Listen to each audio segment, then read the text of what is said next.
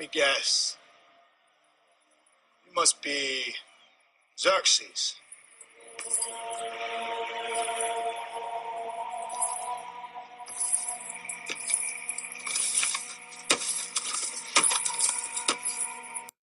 So that is the Hollywood version of King Xerxes of the Persian Empire. That's a clip from the movie 300. So in this video, we'll be talking about the Persian Empires, and Xerxes was a king during the Achaemenid Empire, and that's the empire that we're going to focus mainly on. So the big questions you need to be able to answer after watching this video is, how did the Persian Achaemenids build one of the world's first empires? And second, how does the Hollywood version of the Persians compare with reality? So let's start with that first big question. How did the Persian Achaemenids build one of the world's first empires? So the Achaemenids really create the template for empire that almost all future empires are going to model their empire after. So the Persians built a massive empire that spanned 3 continents: Asia, Eastern Europe, and North Africa. So classical Persia begins with the formation of this Achaemenid Empire right around 600 BCE, and that's one of the reasons why 600 BCE is chosen as one of those key turning point moments for purposes of AP World History, because this is really the beginnings of empire on a fairly grand scale, because you had regions like Persia and Mesopotamia, Anatolia, the Anatolian Peninsula, parts of Macedonia, parts of the Arabian Peninsula, Armenia, Egypt, all part of this massive empire. So the Achaemenids ruled this vast empire that included almost all of the modern Middle East, and as a result, it's an extremely diverse empire. Many different languages that would have been spoken in this particular region, lots of different religions practiced. As we'll see, the main state religion was a religion known as Zoroastrianism, but you had other religious traditions within the empire. Jews were living in the region at the time. Many people still practiced polytheistic worship of localized deities. So when it comes to the sort of modern geography, when we think about the word Persia, I want you to start associating it with a modern country, which is this one right here, Iran. So when people tell you that they're Persian, most likely they are from Iran, and that's because the capital of the Persian empires were mainly located within the modern day boundaries of Iran. So for example, in the Achaemenid Empire, their capital was Persepolis.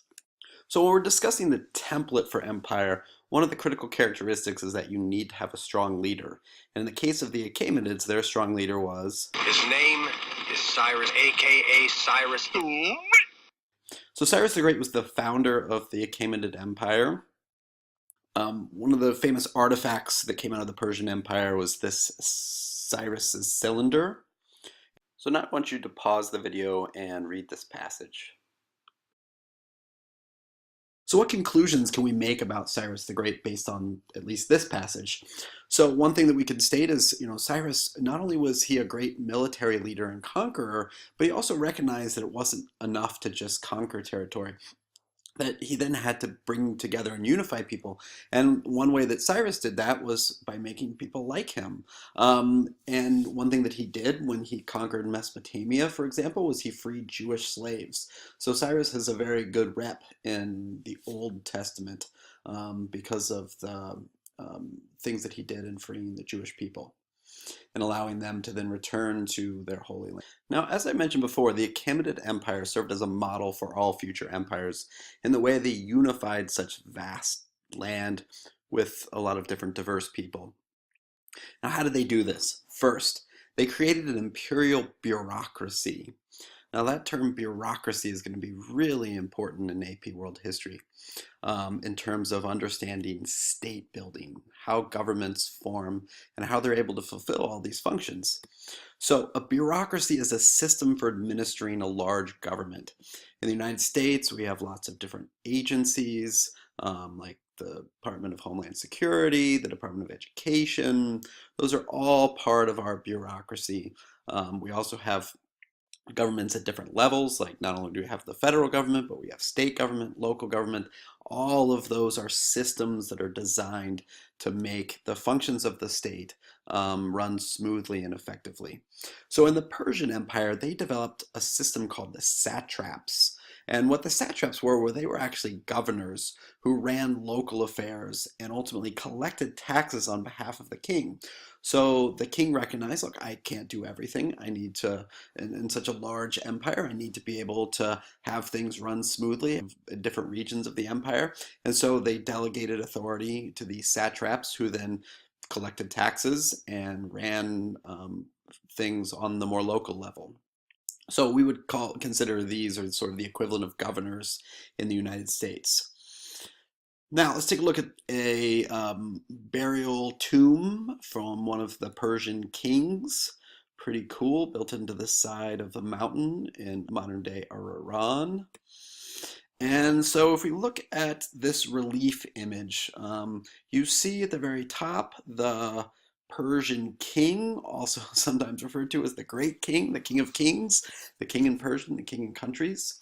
Next to the king right here is the god of Zoroastrianism. So you can see he's kind of floating above the ground, indicative of some divine status. Now, who do you think all of these people are down here? And your first response may be like slaves or laborers, but they're holding up the king. And they're in very close proximity. So those are actually the satraps, or these governors of the various provinces. So I don't know about you, but if I was the king and I was living far away, I might have some concerns about the way in which these satraps are collecting my taxes.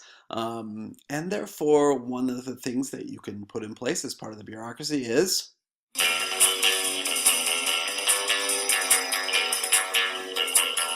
a network of spies to ensure that the satraps were performing their functions and not, skimming a little bit off the top. So the Persians developed this network of spies, which basically served as the eyes of the Persian king in all of these distant territories. So another thing the Persians did to tie their empire together was they built a road connecting their empire. So they began developing these large public infrastructure projects, roads being one of them. And this was critical for increasing transportation and trade across their empire. They also, along this road, developed a postal system. So they had various people that were positioned in about 20 miles apart on horses. They then could take a message from one end of the empire to the other very quickly. And so they developed the first postal system, a role that government still plays to this day. They also were very tolerant of conquered people's religions, as we saw in the case of Cyrus the Great. They recognized, because they have a very diverse population, people practicing lots of different religions, they wanted to be able to recognize that, and ultimately that gave them some greater legitimacy or power. They also developed standardized systems. For instance, they developed metallic coins, which then could be used throughout the empire, which ultimately increased trade. Now, the Achaemenid Empire, like all other empires, eventually is going to collapse, and it's really due to external invasion that the Achaemenid Empire collapses. Alexander the Great is going to come in and conquer the Persian Achaemenid Empire and the formation of the Macedonian Empire, and we'll come back to this later on in a later video. Now, Alexander's empire is going to split apart, and there are going to be later empires that are going to form within this region of Persia. So be aware of this, just recognize their names. We have the Seleucids from 312 to 63 BCE.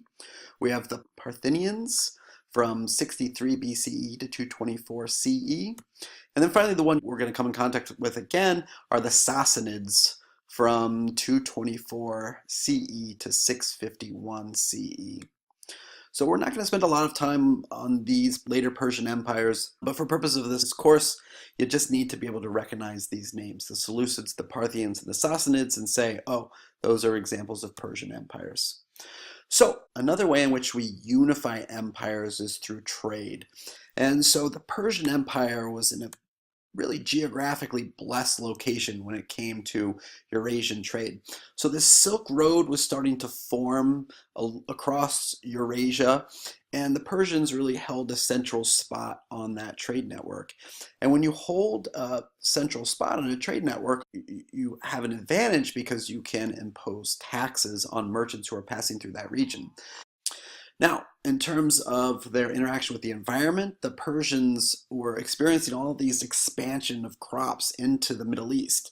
Now, we talked about the Fertile Crescent being an excellent place to domesticate localized plants and animals, but when it comes to Iran is a little drier, a little more arid, but we're seeing the spread of crops into that region, so they needed to develop new irrigation techniques in order to provide water to be able to grow the plants that they needed to grow. Now, how are you going to do this? Well, they're going to develop a pretty innovative technology known as a qanat.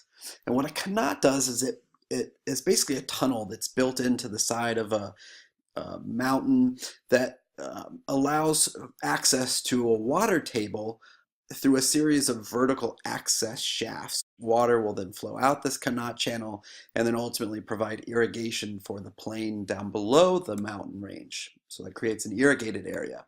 So these qanats, these underground tunnels used in irrigation, are examples of ways in which humans are making alterations or changes to their environment, impacting their environment in order to provide farmland.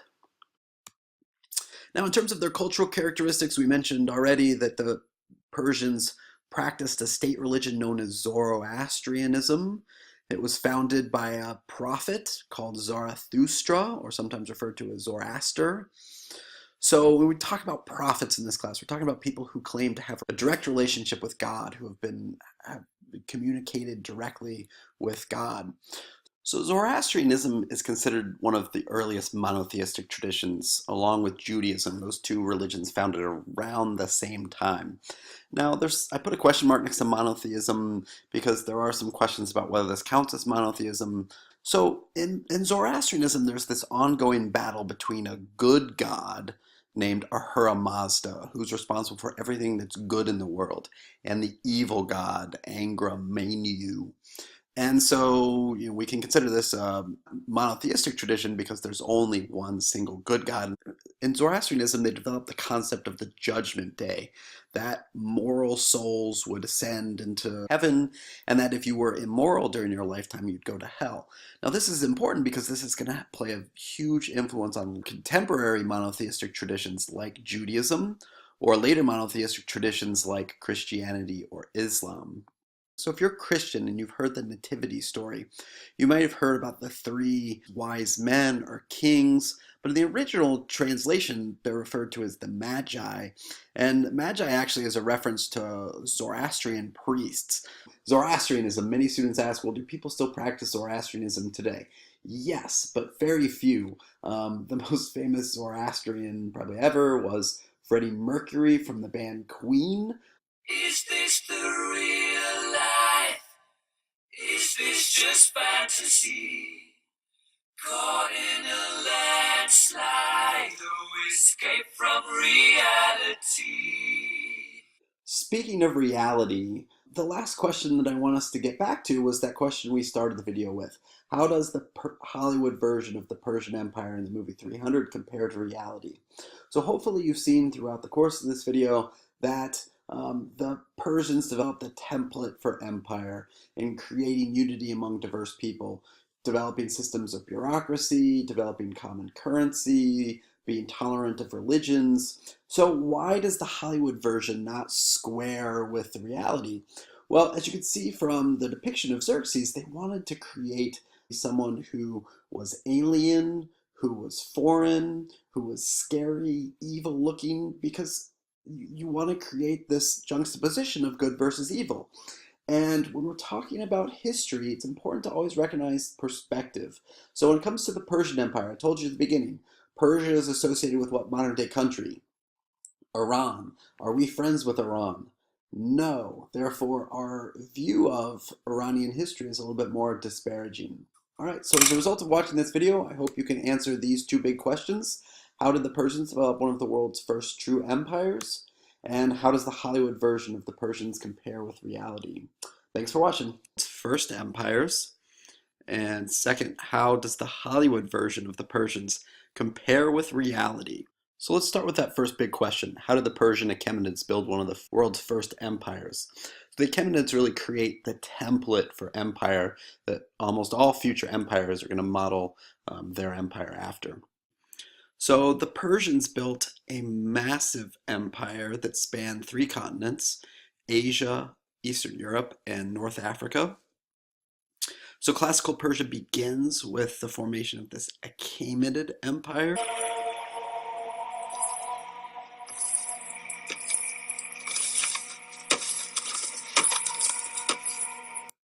So that is the Hollywood version of King Xerxes of the Persian Empire. That's a clip from the movie 300.